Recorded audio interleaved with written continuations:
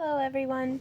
In this video I wanted to show y'all some different ways that I enjoy weaving and utilizing the herringbone weave, which is a wire wrapping technique that is very similar to a weave in basket making. But it makes, you can see this really nice, simplistic but intricate, very versatile weave. And you can use a bunch of different bead sizes and wire thicknesses, but for the sake of demonstration, I'm using 20 gauge parawire, which this isn't the same color, but this is what the spools look like. It's 20 gauge. The company is parawire.com. You can get I purchased 200 foot spools, but that's because I do a lot of wire wrapping. But they have all the different gauges and colors that you could hope to get. And here I have a 2-inch section of, let me measure, it's about 2.5 inches of 18 gauge parawire. This is going to be the core of what we're doing. I have an 8mm cat's eye bead. I'm going to thread that on, just like that. And then here we have, well, let's measure, about 12 inches of the 20 gauge. The pliers that you'll need for this tutorial are round nose, bent nose, and side cutters, or wire snips, or just whatever you have. And I'm going to grab the wire as close to both the wire tip and the plier tip as I can. And I'm going to make a nice, tight little loop.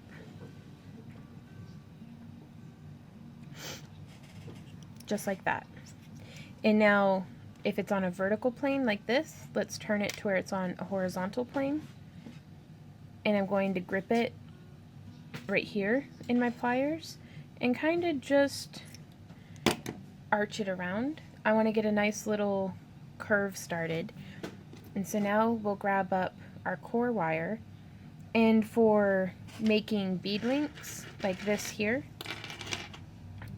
I have the bead centered, but I'm making a pair of earrings here, so I'm going to have the bead kind of down in the bottom third. Like if the wire were split up into thirds, it's at the 1/3 mark. So now I'm just going to thread the little loop that we made onto our core wire. And you'll notice the working wire is coming on the top, not the bottom. And you can weave it with the bottom facing you or with the top facing you. The key here is to just be consistent about which side you're laying the wire on. So right now the wire's laying on the top side, so we'll wrap around the bead onto, oops, butterfingers today. The wire's going to wrap around to the top side of the wire. So right here, this is correct, where it's coming in on the top, whereas this right here, that is not what we're going for right now. So just like that. And so with the wire coming over, I'm going to brace everything nice and snug with my fingers and just twist this wire around our core wire. Just like that. And now I'm going to take this opportunity to use my fingernails or pliers or just whatever tool you're using to snug the wire down to where it's hugging each end of the bead. And I'm going to wrap like that. To where, again, staying on top of the wire, you don't want it coming in behind. That's something completely different. It's not wrong, it's just not a herringbone weave. And you just wrap around like that. And that's our first full rotation. You can technically just leave it at that, but I'm going to show you how to build it up. So now from here, you'll continue to wrap around, and my goal here for me is to kind of stack it behind and off to the side of that first wire. So you don't want it to be laying on top like that.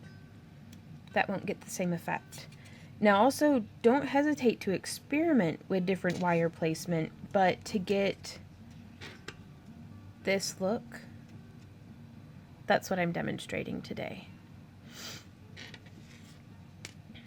And so that's our bead placement. Gripping it all with my fingers and just wrapping around like that. And then just wrapping to the other side.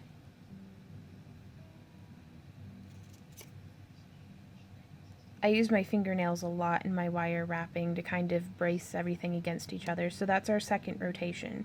And you can count 1, 2, and 1, 2. It's always a goal for me to try to keep everything nice and even. And since I'm making a pair of earrings, I want them to match. So this one has 1, 2, 3, 4. 2, 3, 4 rotations on each side. So I'm going to try to do 4 rotations on each side for this one as well. And you can experiment with more or less rotations. A personal favorite of mine whenever I'm using this bead size and this wire gauge is 3 rotations, because it gives such a nice little, just tidy looking little unit of herringbone. So there's my 4th one on this side, wrapped around. And there's my 4th one. Oops. On that side. And you want the wire to always be stacking next to itself, not necessarily on top of, unless that's what you're going for. And so I've wrapped it around to where the tail is coming around onto the back. And I'm going to use my wire snips to just snip. Set this scrap wire off to the side. And now we have a kind of little burr tail there. So I'm going to take my bent nose pliers and cinch that down so that there's nothing snagging. And so now this basic concept is what's used to make a pendant. And this is a 10mm bead with some other beads and coiling incorporated, but this is just an expansion of that same technique, just building variations off of it. And to get one end bound off on the pendant, you can see here on the back side what I'll demonstrate on the earrings, because it's the same concept, but for earrings I'm just going to be making a smaller loop.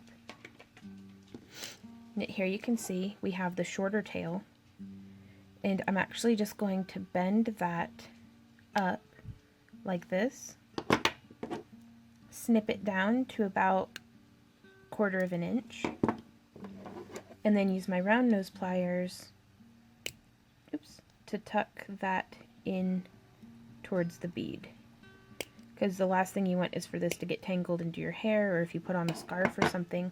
This also gives you a great loop opportunity for if you wanted to hang a dangle off of it. So that's, on this pendant I had a lot more wire, so I made a cute little coil, but it's that same concept of just folding it back behind the weaving. And then to make a loop at the top, what I'm going to do is just make a 90-degree bend in my wire, just like that. And then I'm going to give myself about 1 centimeter, snip. And then you can actually see here, I have a little notch marked on my pliers. That's where I like to make my loops. And by cutting to the same length every time and using that same spot on my pliers, it really helps to give me a very consistent loop. And by doing that 90-degree bend initially, it helps my loop to stay nice and centered as opposed to being offset to one side. And this will help your earring hang nice and centered off of the ear hook, which to attach that, we would just open up the little loop that we just made, hook it on to the ear wire, and then close it again. So that's how you would make a pendant or earrings. To make the pendant, I would have made a much larger loop and like turned it to the side, or used this small loop to attach a bail or a ring. Speaking of rings, here we have a ring mandrel.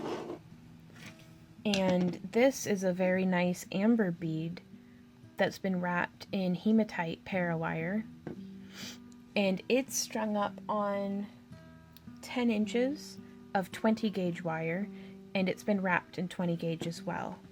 Now what I'm going to do here is I'm going to place it on my ring mandrel. I've done the weaving just the same as what we did for the earrings, but I'm going to place it and then using my thumbs kind of bend this side wrapping down onto the mandrel, and you can see here from the side that gives it a much nicer curved effect as opposed to being straight the way it was before. And then from here I'm going to continue wrapping these wires across the side. I want to be very careful to not twist them or anything. And so you can see them protruding out like this. Then this one I'm going to wrap around on the bottom side, and this one I'm going to wrap around on the top side. And I'm actually going to let them tuck underneath our main wire wrapping. I'm going to remove the ring mandrel, set that off to the side. Now you can see here sort of how it's coming around. So I'm actually using my nails. I'm just going to put a bend where I want that wire to end up being, and that will guide it as I bend around to make sure that it lays in the right spot. So that's 1, 2, that actually gives me 3 little rotations there on the side. Let's see if the camera will decide to focus, sort of. So there you can see 1, 2, 3 rotations around, and then I'm going to go to the other side, and again give myself that nice bend, make sure my band wires aren't crossed. And I'm gripping very securely here to try to keep all the wires in place, and then just cinch that around. One more time. I'm going to cinch that around. Now you have an option here with the tail that you could do a little spiral, which I'll demonstrate real quick just so you can see how it looks.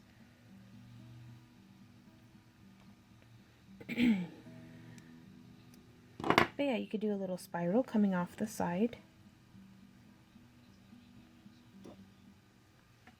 like that, or you could just take your pliers and snip as close as you can, and then use your bent nose pliers or whatever you have on hand to kind of cinch and secure that rogue wire down. Test with your finger to make sure there's no pokey spots. It's kind of pokey still, so I'm gonna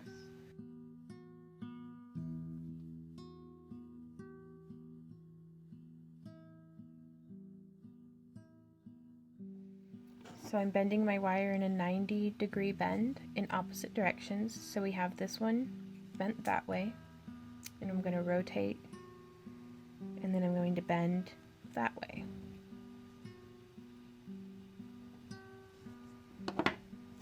And then I'm going to snip and give myself about 1 centimeter. You can do smaller or larger loops, whatever you prefer, or if you had given yourself a little bit more wire, what you could have done is do the bend a little farther out from the center beads and then do a wrapped loop.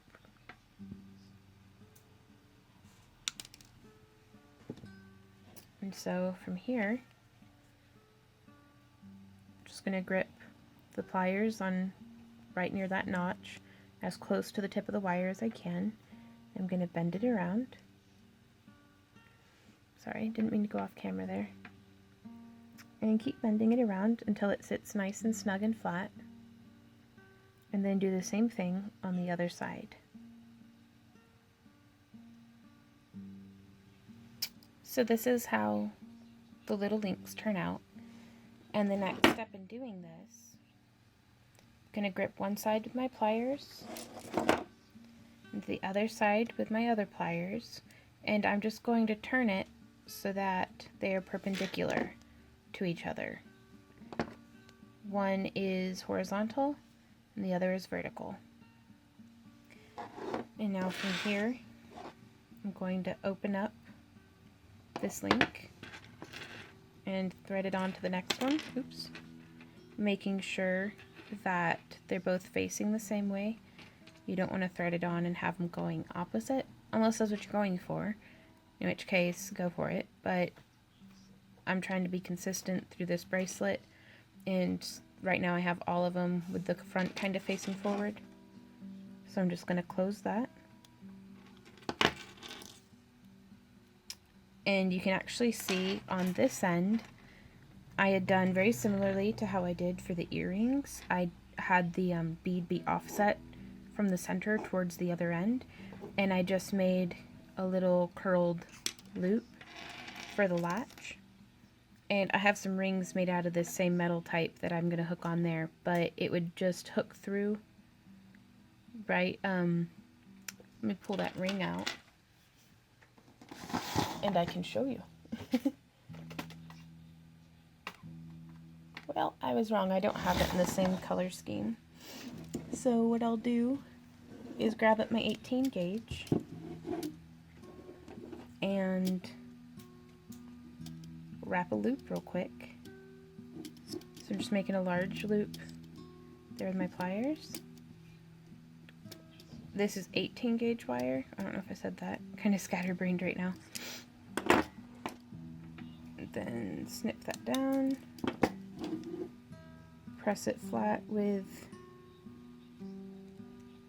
my round nose pliers, and then snip myself off about that much.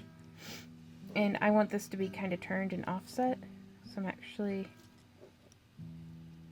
just gonna kind of press around with my pliers. Don't hesitate to experiment with manipulating wire. And so now on this side, I'm just going to rotate that around. So here we have a nice little loop. And again, I want this one turned just like that, so that I have a loop on two planes.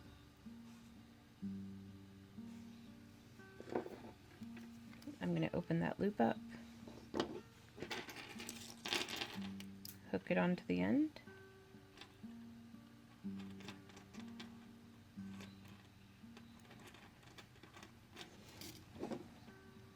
and close it.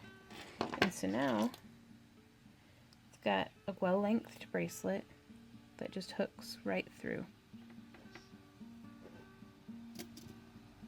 just like that. And had I thought ahead, I could have just made this loop much larger, and that would have saved me the trouble of having to make a little loop. But I think that'll be just fine.